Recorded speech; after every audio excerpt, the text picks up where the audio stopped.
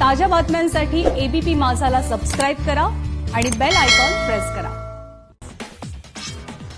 हिंदी चित्रपट सृष्टीमधील मराठमोळा दिग्दर्शक निशिकांत कामत यांची प्रकृती सध्या चिंताजनक असल्याचं समजतंय। निशिकांत कामत लिव्हर सिरोसिस नावाच्या आजारानं या ठिकाणी ग्रस्त आहे। या आजारामुळे गेल्या 10 दिवसांपासून निशिकांत कामत यांना हैदराबादमधील खासगी रुग्णालयामध्ये दाखल करण्यात आलं असून ते सध्या आयसीयू मध्ये आहेत। दृश्यम, मदारी, फोर्स यासह लयभारी आणि डोंबिवली फास्ट या गाजलेल्या चित्रपटांचं दिग्दर्शन निशिकांत कामत यांनी केलंय। राज्यामध्ये जिम आणि रेस्टॉरंट टप्प्याटप्प्याने सुरू केलं जाणार असल्याची माहिती आरोग्यमंत्री राजेश टोपे यांनी दिली आहे। याबाबत सरकारी पातळीवरती लवकरच निर्णय घेण्यात आला असल्याची शक्यता आहे। दुसरीकडे मास्क आणि सॅनिटायझरच्या दरावरती नियंत्रण आणलं जाणार आहे। येत्या 4 दिवसांमध्ये याबाबतचा आदेश जारी केला जाणार आहे। राज्यामध्ये कोरोना चाचणीचे दर आता आणखी कमी करण्यात आलेले आहेत। कोरोनाच्या चाचणीसाठी आधी 2700 रुपये मोजावे लागत होते, मात्र आता या चाचणीसाठी 1900 रुपये मोजावे लागतील। या संदर्भातली माहिती आरोग्यमंत्री राजेश टोपे यांनी दिली आहे। सर्वसामान्यांसाठी मुंबई लोकल सुरू करण्याबाबत केंद्र सरकार निर्णय घेणार असल्याचं टोपेंनी म्हटलेलं आहे। राज्य सरकार याबाबत अनुकूल असल्याचं देखील टोपे यांनी म्हटलंय। दरम्यान केंद्र सरकारनं मुंबई लोकल अजून तरी बंदच राहणार असल्याचं सांगितलंय। सरकारकडून प्रसिद्धी पत्रकाद्वारे अधिकृत ही माहिती देण्यात आली आहे। नियमित प्रवासी त्यासोबतच उपनगरी रेल्वे सेवा पुढील आदेश येईपर्यंत बंद राहणार आहे। केंद्र सरकारच्या नियमावलीनुसार जिम सुरू करण्यास हरकत नसावी असं मत मनसेचे अध्यक्ष राज ठाकरे यांनी मांडलेलं आहे। महाराष्ट्र सरकारनं अनलॉकची घोषणा केलेली असली तरी देखील जिम सुरू करण्यास परवानगी दिलेली नाही आणि त्यामुळे मुंबईमधल्या जिम मालकांनी कृष्णकुंज गाठत राज ठाकरे यांची भेट घेतली। यावेळी केंद्राच्या नियमानुसार जिम सुरू करण्यास हरकत नसल्याचं राज ठाकरे यांनी म्हटलेलं आहे। मॉल, सलून, वाईन शॉप्स त्यासोबतच दुकानं सुरू झालेली आहेत, मग धार्मिक स्थळांवरती बंदी का असा प्रश्न जैन समुदायाकडून उपस्थित केला जातोय। पर्युषण काळामध्ये जैन मंदिरामध्ये जाण्याची परवानगी द्यावी यासाठी उच्च न्यायालयामध्ये याचिका दाखल करण्यात आलेली आहे। सुशांत सिंग प्रकरणामध्ये तपासावरील याचिकेवरती काल सुनावणी झाली आणि या सुनावणीच्या दरम्यान तपास मुंबई पोलिसांकडे दिला जावा की सीबीआयकडे यावरती आता वकिलांनी आपापल्या भूमिका मांडल्या। सर्व पक्षांचे युक्तिवाद ऐकल्यानंतर सर्वोच्च न्यायालयानं हा आदेश राखून ठेवलाय। न्यायालयानं गुरुवारपर्यंत सर्व पक्षांच्या वकिलांना त्यांचे युक्तिवाद संक्षिप्त स्वरूपामध्ये लेखी स्वरूपात देण्याच्या सूचना दिलेल्या आहेत। सुशांत आणि रियाची मॅनेजर श्रुती मोदीनं ईडीच्या अधिकाऱ्यांना रिया संदर्भात मोठा खुलासा केलाय। रिया सुशांतच्या आयुष्यामध्ये आल्यानंतर तीच निर्णय घ्यायची अशी माहिती श्रुती मोदीनं दिली आहे। सुशांत सिंग राजपूत प्रकरणामध्ये फक्त आदित्य ठाकरेंना बदनाम करण्याचं षडयंत्र रचलं जात आहे। अशा किती लाटा आल्या आणि गेल्या आणि मातोश्रीला बदनाम करण्याचा प्रयत्न झाला, मात्र यामधून काहीही निष्पन्न होणार नाही असा आरोप शिवसेनेचे नेते रामदास कदम यांनी केलाय। राज्य पोलीस तक्रार प्राधिकरणावरती नियमबाह्य आणि गुन्हेगारी पार्श्वभूमी असलेल्या व्यक्तीची नियुक्ती करण्याचे नेमके कारण काय असा सवाल माजी मुख्यमंत्री आणि विधानसभेमधील विरोधी पक्षनेते देवेंद्र फडणवीस यांनी मुख्यमंत्री उद्धव ठाकरे यांना पत्र लिहून केलं।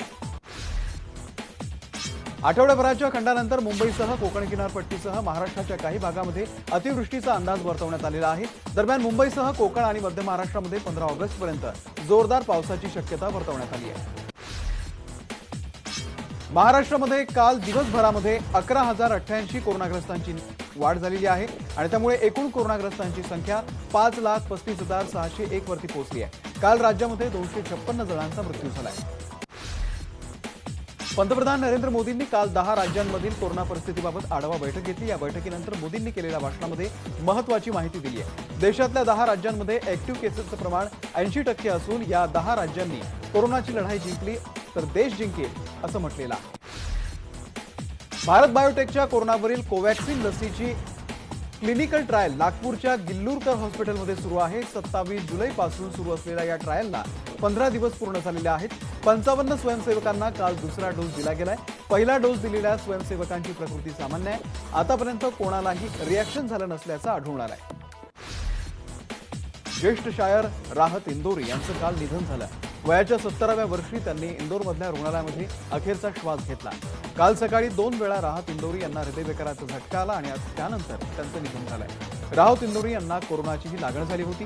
कोरोनाचं प्राथमिक लक्षण दिसल्यानंतर त्यांना इंदोरच्या अरविंदो रुग्णालयामध्ये दाखल करण्यात आलं होतं।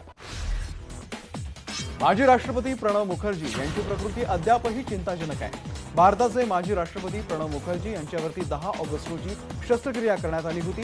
त्यांच्या मेंदूमध्ये असलेली गाठ या शस्त्रक्रियेमधून काढण्यात आली, मात्र तेव्हापासून त्यांना व्हेंटिलेटरवरती ठेवण्यात आलं। सर्वोच्च न्यायालयानं काल महिलांच्या बाजूने मोठा निकाल दिलाय। वडिलोपार्जित संपत्तीमध्ये मुलीचा समान अधिकार आहे, असा महत्त्वपूर्ण निकाल सर्वोच्च न्यायालयानं दिलाय। मध्य प्रदेशमधल्या रीवा गावामध्ये एक भीषण अपघात झालाय। टोल नाक्यावरती उभ्या असलेल्या बोलेरो गाडीला भरधाव वेगानं आलेल्या स्कॉर्पिओ गाडीनं धडक दिली। हा अपघात सीसीटीव्ही कॅमेऱ्यामध्ये कैद झालाय। या धडकेनंतर स्कॉर्पिओ गाडी उलटली, मात्र यामध्ये एकाचा मृत्यू झालाय तर दोघे जण गंभीर जखमी आहेत। बेळगावच्या मनगुत्ती गावातील महापुरुषांच्या पुतळ्याचा विषय निकाली निघालेला आहे। छत्रपती शिवाजी महाराज यांच्यासह 5 पुतळे एकाच ठिकाणी बसवले जाणार आहेत, ज्यामध्ये काल ग्रामपंचायतीच्या जागेमध्ये भूमिपूजनाचा कार्यक्रम झाला। दरम्यान शिवरायांचा पुतळा आधी बसवलेल्या ठिकाणी पुन्हा एकदा विराजमान होणार नसल्याची माहिती आहे। भाजपमध्ये गेलेले राष्ट्रवादीचे नेते लवकरच घरवापसी करतील असं विधान करून राष्ट्रवादीचे नेते नवाब मलिक यांनी खळबळ उडवून दिली। अशा परिस्थितीमध्येच काल भाजपचे नेते आशिष शेलार यांनी शरद पवारांची भेट घेतल्यानं चर्चेला उधाण आलंय। मात्र ही भेट मुंबई क्रिकेट असोसिएशन बाबत असल्याचं शेलार यांच्या वतीनं सांगण्यात आलंय। जलसंधारण मंत्री शंकरराव गडाख यांनी मुख्यमंत्री उद्धव ठाकरे यांच्या हस्ते शिवबंधन बांधत शिवसेनेमध्ये प्रवेश केलाय। शंकरराव गडाख हे नेवासा विधानसभा मतदारसंघामधून अपक्ष निवडून आले होते। वाढीव वीज बिलाच्या विरोधात मनसे चांगलीच आक्रमक झालेली आहे। नवी मुंबईमध्ये मनसेच्या कार्यकर्त्यांनी महावितरणच्या कार्यालयाची तोडफोड केली। वाशीच्या सेक्टर 17 परिसरामध्ये महावितरणच्या कार्यालयाच्या काचा फोडण्यात आला। यावेळी मनसैनिकांनी महावितरणच्या कार्यालयाच्या बाहेर हंडी फोडून वाढीव वीज बिलाचा निषेध केलेला आहे। पुणे जिल्ह्यामधल्या शिरूरमधील महावितरण कार्यालयाचीही मनसे पदाधिकाऱ्यांनी तोडफोड केली, त्यामुळे कार्यालयामधील खुर्च्या टेबल यांचं मोठं नुकसान झालंय। लॉकडाऊनच्या काळामध्ये सर्वसामान्य नागरिक वाढीव वीज बिलामुळे त्रस्त आहेत, त्याविरोधात मनसेनं आता आंदोलन सुरू केलं आहे। नगररचना विभागामधील नगररचना सहसंचालक हनुमंत नाझीरकर यांच्या विरोधात बीएचईबी मालमत्ता प्रकरणामध्ये लाचलुचपत प्रतिबंधक विभागानं गुन्हा दाखल केलाय।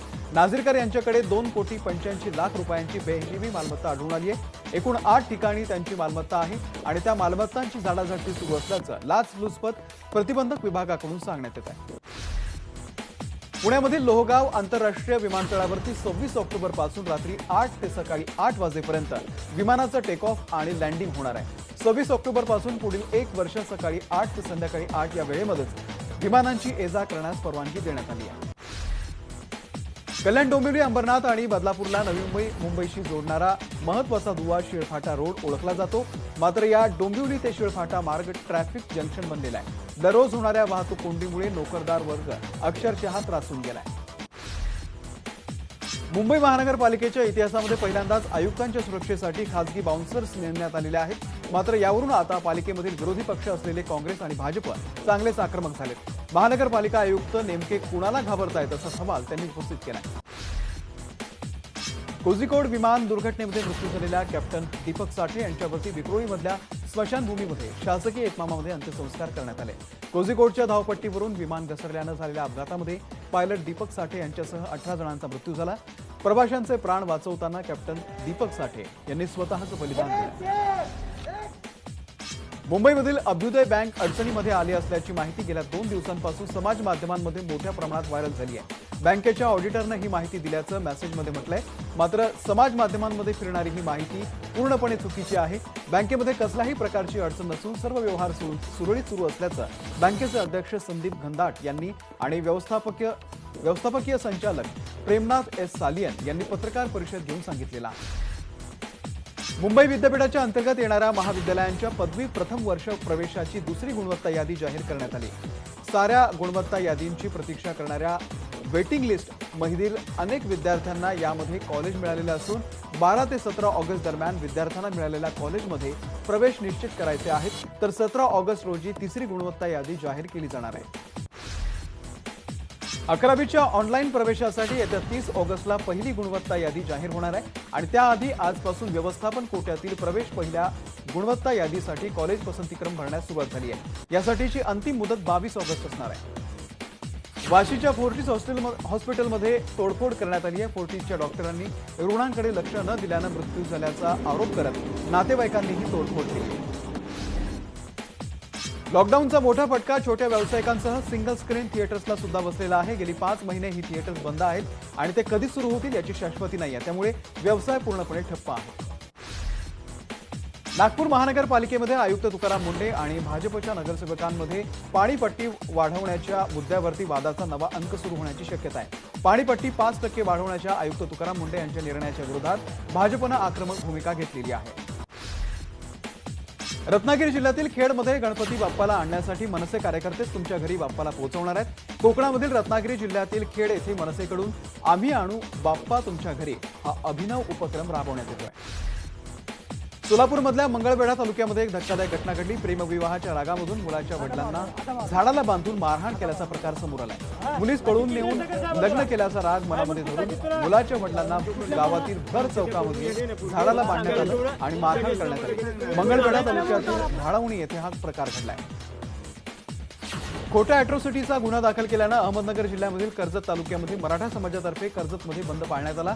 लक्ष्मण निकात आणि सचिन शेटे यांच्यामध्ये रस्त्यावरून वाद होता आणि त्यानंतर सचिन शेटे यांनी पोलीस ठाण्यामध्ये 3 जणांच्या विरोधात गुन्हा दाखल केला। दाखल केलेला गुन्हा खोटा असल्याचा आरोप करत मराठा समाजानं कर्जत बंदची हाक दिली आहे। त्याचबरोबर दाखल केलेले खोटे गुन्हे मागे घेण्याची मागणी केली आहे। जळगावच्या अंमळनेरमध्ये कोविड रुग्णालयामधून बेपत्ता झालेल्या रुग्णाचा मृतदेह रस्त्यावरती सापडल्यानं खळबळ उडाली। 9 ऑगस्टला सुनील वानखेडे या कोरोनाबाधित व्यक्तीला अंमळनेरच्या रुग्णालयामध्ये दाखल करण्यात आलं होतं, मात्र काही वेळामध्येच संबंधित रुग्ण हा या रुग्णालयामधून बेपत्ता झाल्याचं निदर्शनास आलं होतं आणि त्यानंतर पोलिसांनी रुग्णाचा शोध सुरू केला होता। शोध सुरू असतानाच एका रस्त्यावरती सुनील वानखेडे यांचा मृतदेह आढळून आला। कोरोनाचा संसर्ग रोखण्यासाठी बीडच्या जिल्हा प्रशासनानं जिल्ह्यामधील 6 शहरांमध्ये कडक लॉकडाऊन घोषित केलेलं आहे। पुढचे 10 दिवस भाजीपाल्यापासून किराणापर्यंत सगळी दुकानं बंद आहेत आणि त्यामुळे काल बीडसह आष्टी, केज, माजलगाव, अंबाजोगाई आणि परळी या शहरांमध्ये नागरिकांनी मोठ्या प्रमाणात खरेदीसाठी गर्दी केली होती। अकोल्यामध्ये हुंड्यासाठी एका नवविवाहितेची हत्या झाल्याची घटना घडलेली आहे। सुमय्या परदीन शेख इम्रान असं या हत्या करण्यात आलेल्या महिलेचं नाव आहे। या प्रकरणामध्ये पती इम्रान, सासरा शेख जब्बार आणि सासू यांना पोलिसांनी अटक केली आहे। मुसळधार पावसामुळे घटप्रभा नदीनं धोक्याची पातळी ओलांडलेली आहे, त्यामुळे बेळगावच्या हिडकल धरणामधून 9000 क्युसेकनं घटप्रभा नदीमध्ये पाणी सोडण्यात येत आहे। बेळगाव जिल्ह्यातील हक्केरी या तालुक्यामध्ये हिडकल धरण आहे। गोकाक, हुक्केरी आणि या तालुक्यांमधील नदीकाठच्या गावांना आता हाय अलर्ट घोषित करण्यात आला आहे। अमरावती जिल्ह्याच्या चांदूर बाजार येथे रस्ते दुरुस्तीसाठी झाडं तोडण्यात येत होती, मात्र त्यातील एका झाडावरती पक्ष्यांचं घरटं असून त्यामध्ये अंडी असल्याचं निदर्शनास आलं। स्वराज्य सेवा प्रतिष्ठाननं ही बाब सार्वजनिक बांधकाम विभागाच्या अधिकाऱ्यांच्या निदर्शनास आणून दिली आहे आणि त्यामुळे घरट्यामध्ये पक्षी मोठे होऊन उडून जात नाही तोपर्यंत हे झाड न तोडण्याचा निर्णय घेण्यात आला आहे। नाशिक शहरालगतच्या चांदगिरी या शिवारामध्ये एका बिबट्याला जेरबंद करण्यात आला। वन विभागानं लावलेल्या पिंजऱ्यामध्ये हा बिबट्या अडकलेला आहे। दारणा नदीकाठच्या गावांमध्ये सध्या बिबट्याची मोठी दहशत होती। परिसरामध्ये आणखीही बिबटे असल्याचा दावा ग्रामस्थांनी केला। बुलढाणा जिल्हाधिकाऱ्यांच्या निवासस्थान परिसरातील एका झाडावरती भला मोठा साप आढळून आला। सर्पमित्रांनं बाबळीच्या झाडावरती चढून तब्बल 8 फूट लांबीच्या या धामण जातीच्या सापाला पकडलाय। इन्फोसिसचे संस्थापक नारायण मूर्ती यांनी काल एका सेमिनारमध्ये मोठं विधान केलंय। कोरोनामुळे देशामध्ये आतापर्यंत 14 कोटी कर्मचारी प्रभावित झाल्याचं म्हटलंय। त्याचबरोबर देशाच्या जीडीपी बद्दल बोलताना ते म्हणाले की स्वातंत्र्यानंतर पहिल्यांदाच आपल्याला मोठ्या आर्थिक संकटाला सामना करावा लागणार आहे। कोरोना काळामध्ये सोनं आणि चांदी तेजीला होती, मात्र यामध्ये काल मोठ्या प्रमाणात घट झाल्याचं दिसून आलं। दिल्लीमध्ये काल प्रति किलो चांदीचे भाव 2900 रुपयांनी कोसळले, तर प्रति 10 ग्रॅम सोन्याच्या भावातही मोठी घट झाली आहे। 1300 रुपयांनी सोन्याचे भाव पडलेले आहेत। डेमोक्रॅटिक पक्षाचे उमेदवार जो बिडेन यांनी उपराष्ट्रपती पदासाठी कमला हॅरिस यांनी उमेदवार बनवलेला आहे। जो बिडेन यांनी ट्विट करत ही माहिती दिली आहे। कमला हॅरिस यांच्यासोबत त्या अटॉर्नी जनरल असताना मी काम केलंय, त्यांचं काम वाखाणण्याजोगं होतं, त्यामुळे त्यांना उमेदवारी दिली। मला असं गर्व होत असल्याचं बिडेन यांनी म्हटलंय। उत्तर प्रदेशचा कुख्यात गुंड विकास दुबे काही दिवसांपूर्वी पोलीस चकमकीमध्ये ठार झाला होता। आता त्याच्या आयुष्यावरती वेब सिरीज बनवली जाणार आहे। हंसल मेहता या वेब सिरीजचं दिग्दर्शन करणार आहे।